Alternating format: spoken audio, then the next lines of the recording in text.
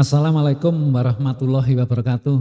Sahabatku, mahasiswa, kita sudah memasuki episode keempat dari topik rahasia sukses memasuki dunia kerja.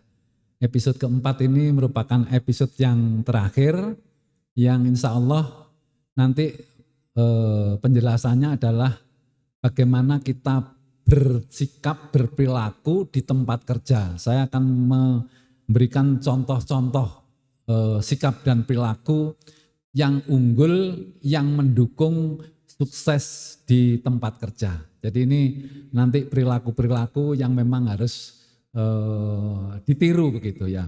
Yang pertama itu bisa melayani bawahan, teman, dan atasan. Jadi nanti kita di tempat kerja itu peran kita atau posisi kita itu bisa ada di tengah-tengah ya. Artinya kita punya atasan, punya teman selevel dan juga punya bawahan. Nah, kita harus bisa melayani ketiga-tiganya ini. Jadi kalau kita bisa melayani bawahan, teman dan atasan, insya Allah kita akan lancar pekerjaan kita. Kemudian yang berikutnya adalah kita harus mampu berkomunikasi dengan baik ya.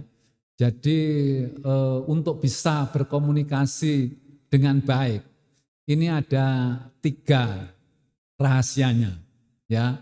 Komunikasi baik itu manakala kita tidak ada masalah dengan orang yang kita ajak komunikasi.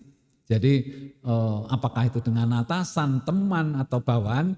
Nah, kalau ada masalah segera diselesaikan supaya komunikasi kita berjalan lancar. Yang kedua, untuk bisa berkomunikasi dengan baik itu bagaimana caranya. Isi komunikasi memang penting, tetapi yang lebih penting adalah cara kita berkomunikasi. Lain cara ya itu mesti hasilnya juga lain. Artinya kita harus menggunakan cara yang baik supaya komunikasi kita bisa lancar. Yang ketiga, kuncinya untuk komunikasi baik, dengan siapa kita berkomunikasi. Nah, itu harus kita pertimbangkan.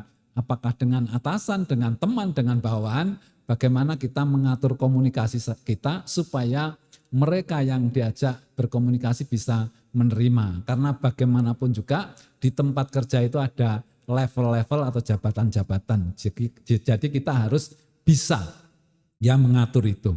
Kemudian yang berikutnya kita harus suka bekerja sama dengan orang lain. Karena apa? Karena di tempat kerja itu mau tidak mau kita harus bekerja sama dengan orang lain. Kemudian berikutnya kita harus mampu menyeimbangkan antara hak dan kewajiban. Jadi jangan haknya saja yang dituntut, tetapi kewajibannya juga kita kerjakan dengan baik. Kemudian berikutnya adalah mampu mengendalikan diri atau self control. Jadi kita ini pengawasan itu sebetulnya harusnya yang baik itu pengawasan dari diri kita sendiri, bukan dari orang lain. Karena kita mampu mengendalikan diri sehingga orang lain atau atasan tidak terlalu banyak waktunya untuk mengendalikan kita atau mengawasi kita. Kemudian ini juga penting, ya tidak mau menerima yang bukan haknya. Nah, nanti di tempat kerja itu juga banyak ya hal-hal yang memungkinkan kita ini ya mendapatkan sesuatu yang bukan hak kita. Nah ini coba sejak sekarang kita sudah berpikir tidak mau menerima yang bukan haknya. Jadi yang kita terima ya cuma gaji gitu. Kemudian kita harus berusaha bagaimana bisa dipercaya. Artinya kita kalau ngomong ya enggak bohong, enggak pernah berkhianat, tidak ingkar janji dan tidak menipu ya. Akhirnya kita bisa dipercaya. Yang kedua, tidak mau melakukan ya KKN ya. Ini sudah harusnya memang kita tahu ini ya, ini tidak boleh. Kemudian memiliki komitmen dan integritas yang tinggi. Artinya kita di dalam bersikap harus komit, kemudian kita harus memiliki integritas yang tinggi, terutama adalah kejujuran ya, kejujuran kita. Kemudian memiliki disiplin yang tinggi. Jadi tidak ada orang yang sukses tanpa disiplin yang tinggi. Nah, yang paling kelihatan Untuk disiplin ini yang pertama adalah waktu. Jadi kita harus tepat waktu ya. Kemudian disiplin yang lain seperti disiplin anggaran, disiplin perencanaan ini harus juga kita lakukan. Kemudian memiliki tanggung jawab yang besar ya. Jadi sebagian besar gaji kita ya, kita dibayar ini yang paling banyak untuk membayar tanggung jawab. Ya. Kemudian baru otak kita, baru kita otot kita. Jadi urut-urutannya begitu. Jadi yang gaji atau dibayar lebih tinggi itu adalah tanggung jawabnya. Kemudian baru otak kita, yang ketiga yang paling rendah baru otot kita. Kemudian mendahulukan kepentingan organisasi ya, di mana kita bekerja, kita dahulukan.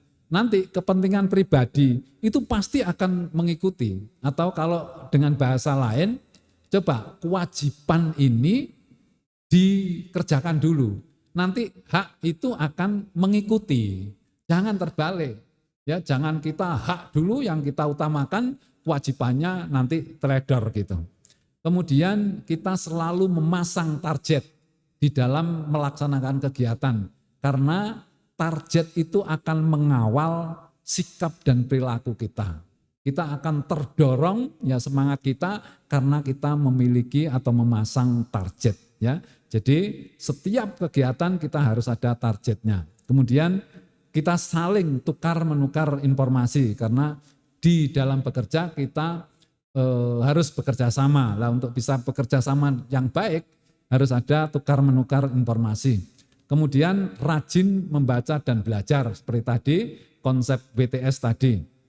Kemudian berikutnya adalah selalu berpikir positif. Ini akan memperlancar pekerjaan kita dan hubungan kita dengan orang lain karena kita berpikir positif gitu. Kemudian memegang prinsip win-win solution. Jadi di dalam kita menyelesaikan masalah kita berprinsip bahwa yang penting harus win-win solution. Kemudian ini yang penting lagi, mampu mengendalikan rasa kecewa. Tadi sudah disinggung bahwa begitu muncul rasa kecewa, maka semangat kerja akan turun. Oleh karena itu, kita harus bisa mengendalikan rasa kecewa. Nah, rasa kecewa ini banyak ya, atau bisa segera diatasi dengan pemahaman bahwa yang terjadi saat ini adalah yang terbaik dan kita apapun harus kita syukuri. Nah itu banyak menyelesaikan masalah kecewa. Kemudian loyal pada perusahaan ya, atau pada tempat kerja. Karena apa? Karena tempat kerja ini adalah tempat kita mengais rezeki ya. Jadi kita harus loyal, harus setia sama perusahaan. Kemudian ini kaitannya dengan spiritualitas, bahwa kita setiap hari kita berniat bekerja ini adalah ibadah. Ya. Kemudian kesimpulan untuk sukses di tempat kerja itu yang pertama ya, dari keseluruhan materi ini mulai dari episode yang pertama, kedua, ketiga sama keempat ini bisa disimpulkan. Yang pertama untuk bisa sukses di tempat kerja harus mempersiapkan bekal mental yang handal.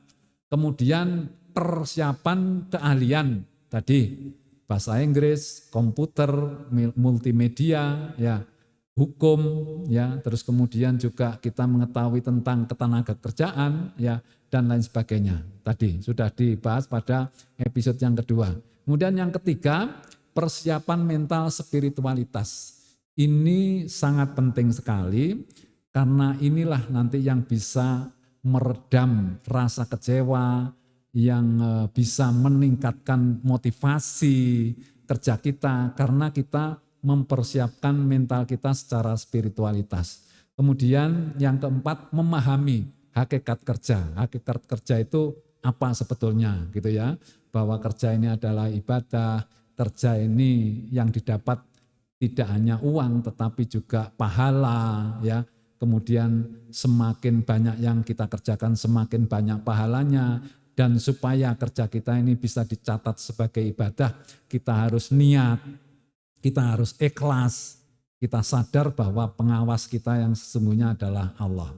kemudian mengembangkan potensi, tadi itu konsep WTS, kemudian membangun motivasi, ya kita arahkan ke revolusi motivasi tadi, dari motivasi pengaruh dari luar, masuk ke motivasi dari dalam diri sendiri.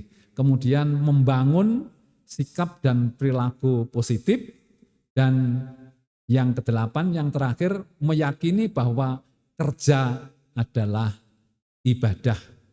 Sehingga kita upayakan bagaimana kerja selama 8 jam paling tidak di tempat kerja ini bisa dicatat sebagai ibadah, dan kerja kita itu bisa membawa kebahagiaan kita baik di dunia maupun di akhirat. Ya, katanya Pak Harto, saya berharap materi ini bermanfaat, lain kali dilanjutkan dengan materi yang lebih baik.